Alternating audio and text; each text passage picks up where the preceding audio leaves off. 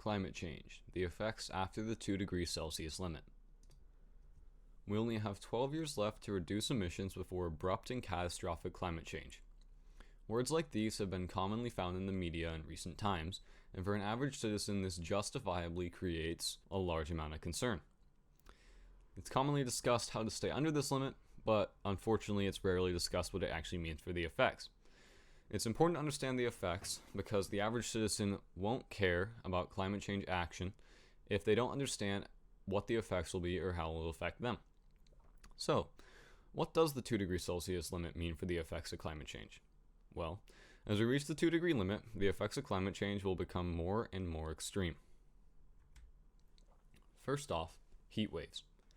37% of the world population will be exposed to extreme heat waves at 2 degrees Celsius of warming. Also, in the US, extreme heat days could occur up to 10 times more often. So in summary, heat waves and extreme heat days will occur more frequently and will affect larger amount of people. This poses an extreme health concern and will be a death sentence for many. In undeveloped countries that lack healthcare and infrastructure and cooling, this is certainly a death sentence for many, and in places like the US, this just poses a major health concern and will also be a possible death sentence for people like the elderly and the homeless populations. Oceans. The rate of sea level rise will be 30% higher at 2 degrees Celsius of warming. Because of this, seaside towns will be forced to evacuate and migrate inland, with the majority of the infrastructure there being submerged, destroyed, and need to be abandoned. 98% of coral reef cells will be at risk of long-term degradation at 2 degrees Celsius of warming. Because of this, the majority of coral reefs will die, and many species will go extinct.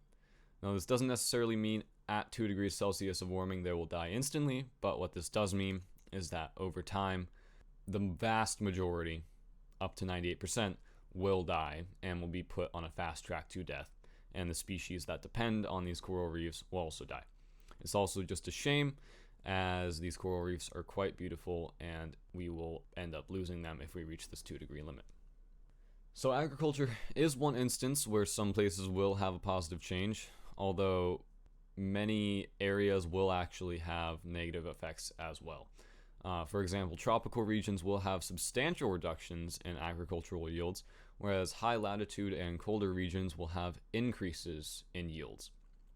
As we can see from this figure right here, the light green is the 1950 to 1952 average of areas that remained frost-free through April 20th, and dark green is the additional area in the US or North America that remained frost-free through April 20th in 2009 to 2011. So you can see as the climate's warming and time is going on, more areas are remaining frost-free later into the year and their frost seasons are shortening. The growing season is increasing because of this. So, in summary, climate change will negatively impact tropical regions and hotter regions, whereas it will have positive impacts in temperate regions or colder regions, increasing the growing season. So, why is it important to know all of this? Well, a large portion of the general population doesn't understand climate change. 31% of individuals in the US don't believe that climate change is even happening, and only 48% of the US population believes climate change is mostly an effect of humans. That second part right there is quite a large concern, as understanding that we need to stop climate change relies on the belief that we are even responsible for it in the first place, and that we can stop it. Halting climate change is a collective issue, and public understanding is vital. Part 2. It's about creating perspective. Climate education plays a major factor in public support, as people will not care about the subject if they do not understand what it means.